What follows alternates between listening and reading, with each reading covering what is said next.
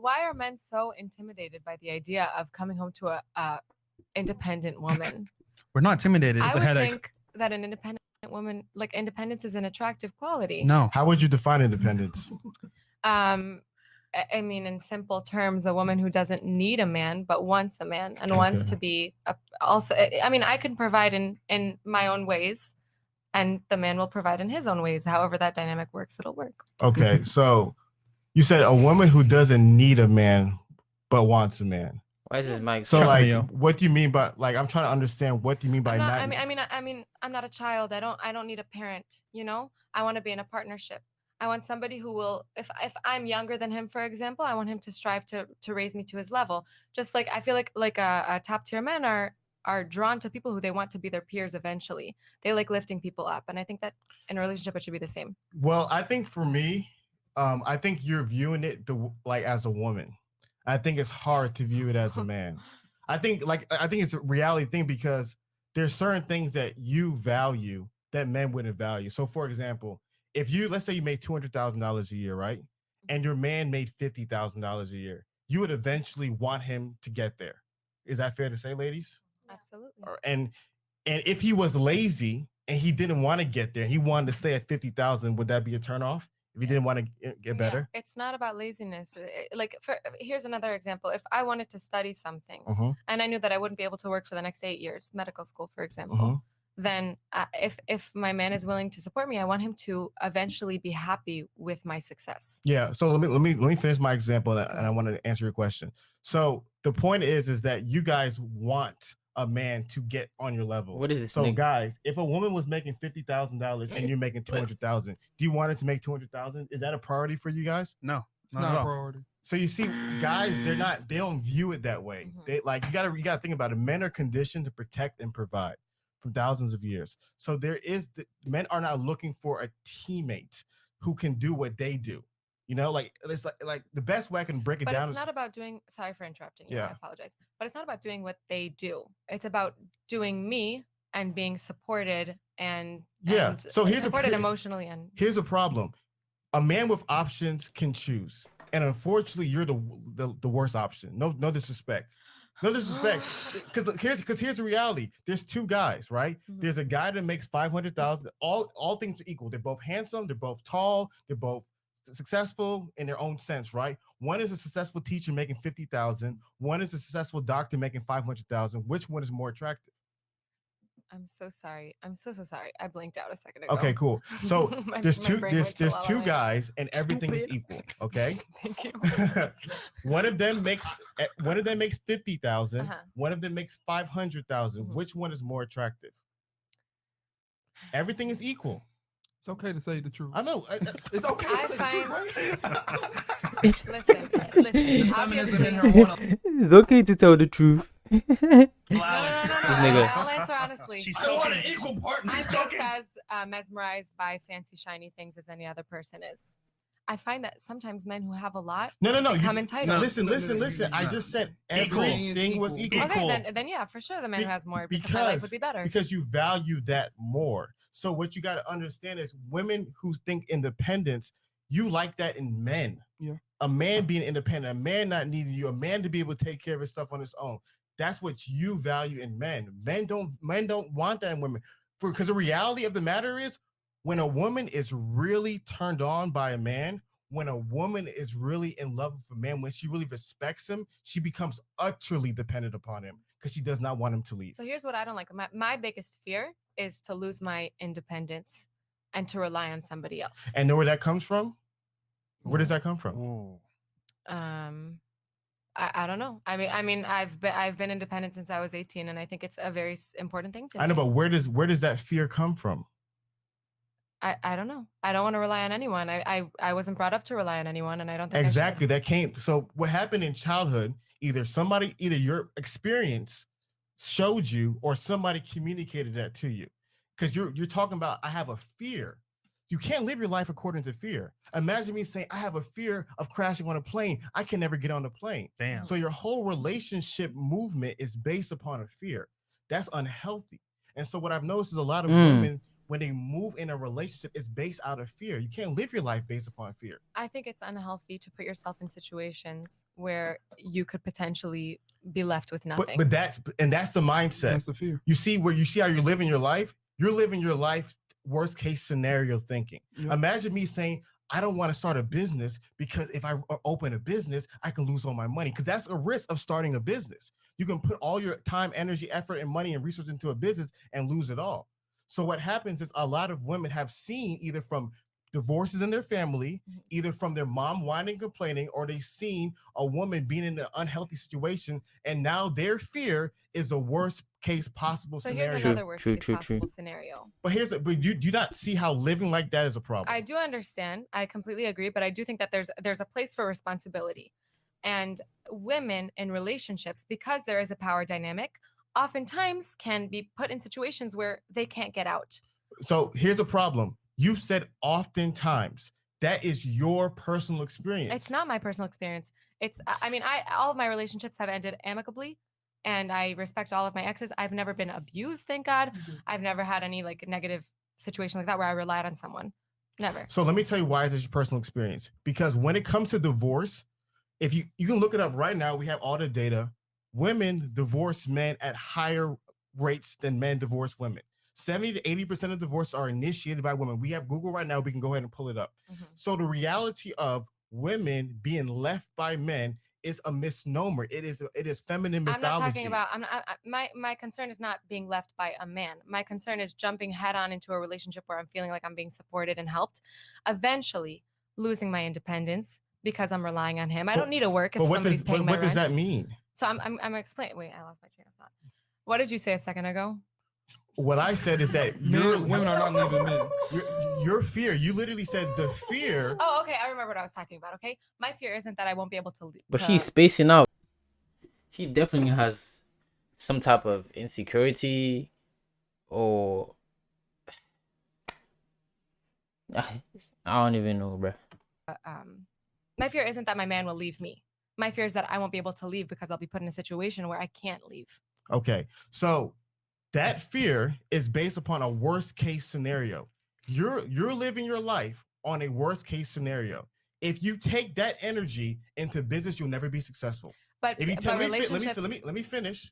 If you take that energy into finances, you'll never have any money. If you take that energy into friendship, you'll never have any friends. So what happens is that if you're living your life based upon a scenario that a fearful thing can happen, that's on you. But the wise thing is to be like, okay, that's a possibility. So how can I, as a woman, find the right kind of man who will support me and help me not make that happen? There's no way possible you're going to find a guy where 100% of the time he will never do anything wrong. So life is a risk.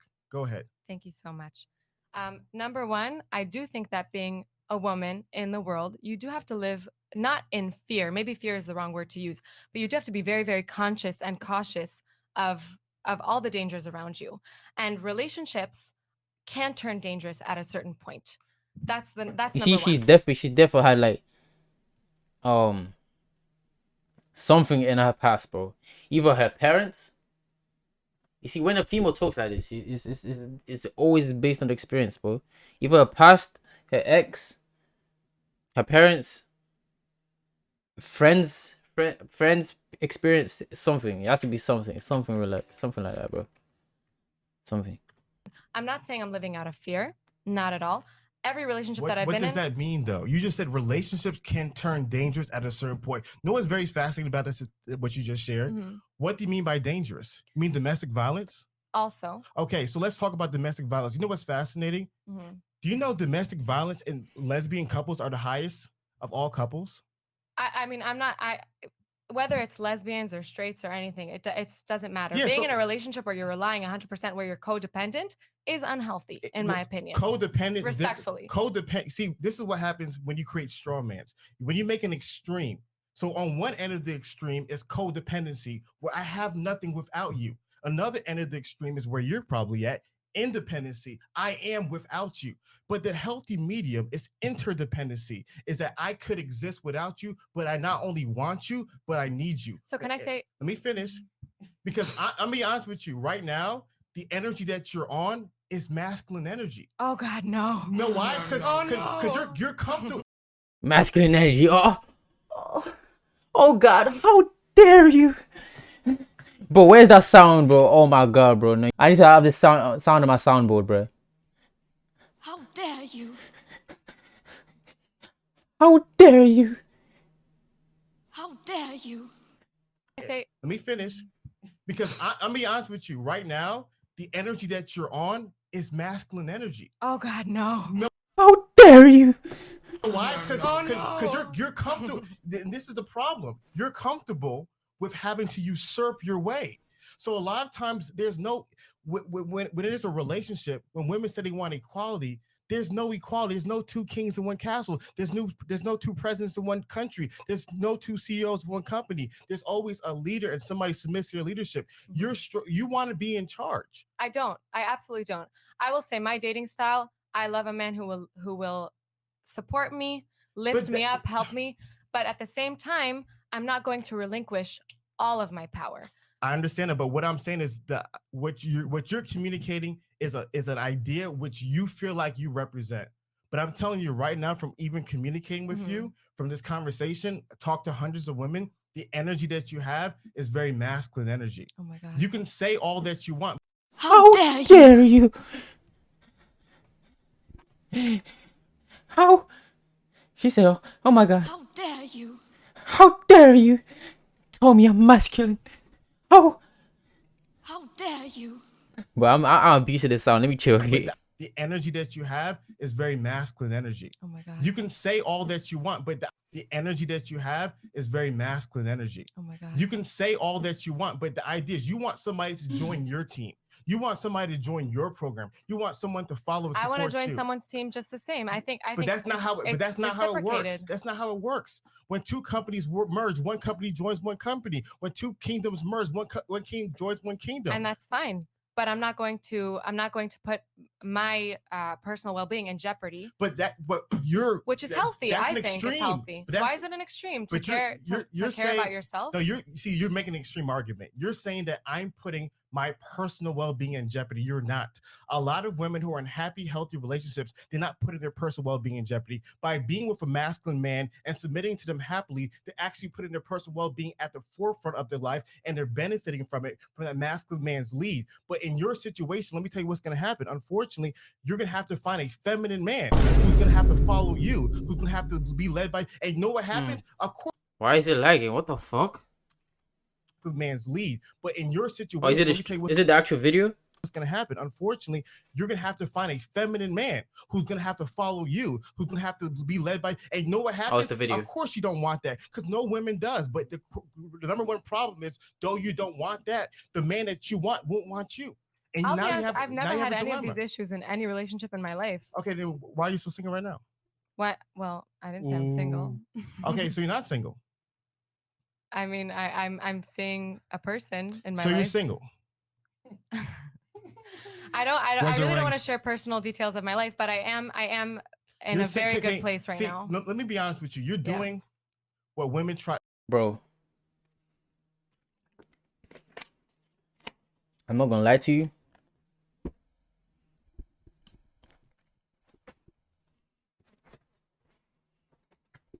If that was my girl, she went on a podcast, bro, and a nigga asked her, "Are you single?" And she did that, and she reacted like that. You're done, bro. You're fucking done. I don't give a fuck, bro. Bro, are you what? That's embarrassing, bro. I'm in a very good place right now. What does that mean? Like, imagine watching this podcast as the nigga, and how you gonna feel, bro? You're done. I don't care. It's either you're single or you're not, or at least say you're in a situationship and he's getting there. You know, like you're not together yet, but you know you have someone that you like. The fuck do you mean, bro? I've never had any of these issues in any relationship in my life. Fuck. Okay, then why are you still single right now? What? Well, I didn't say I'm single. Okay, so you're not single.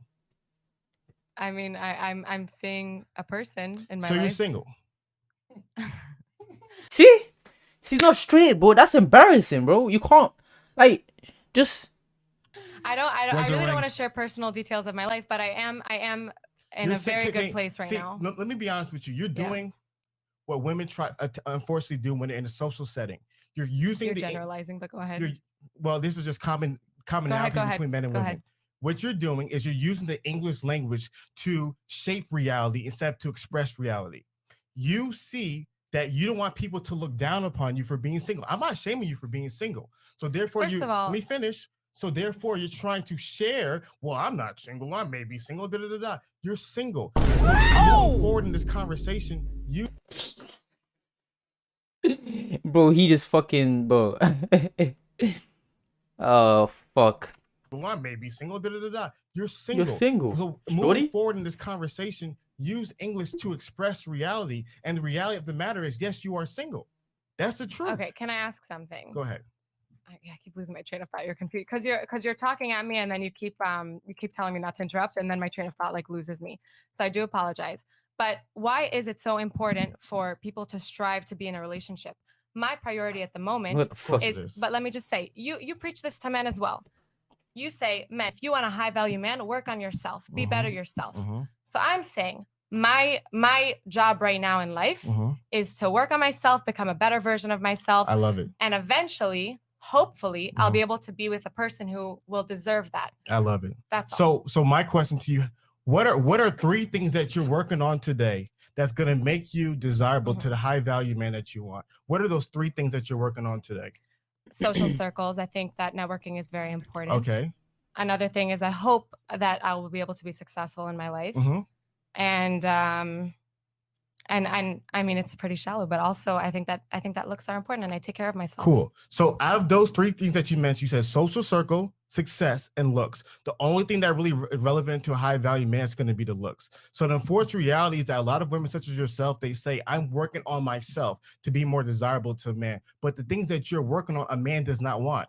Imagine a man saying, okay, I'm working on myself to be more desirable to women. And you know what I'm doing? I'm learning how to wear fluorescent dresses.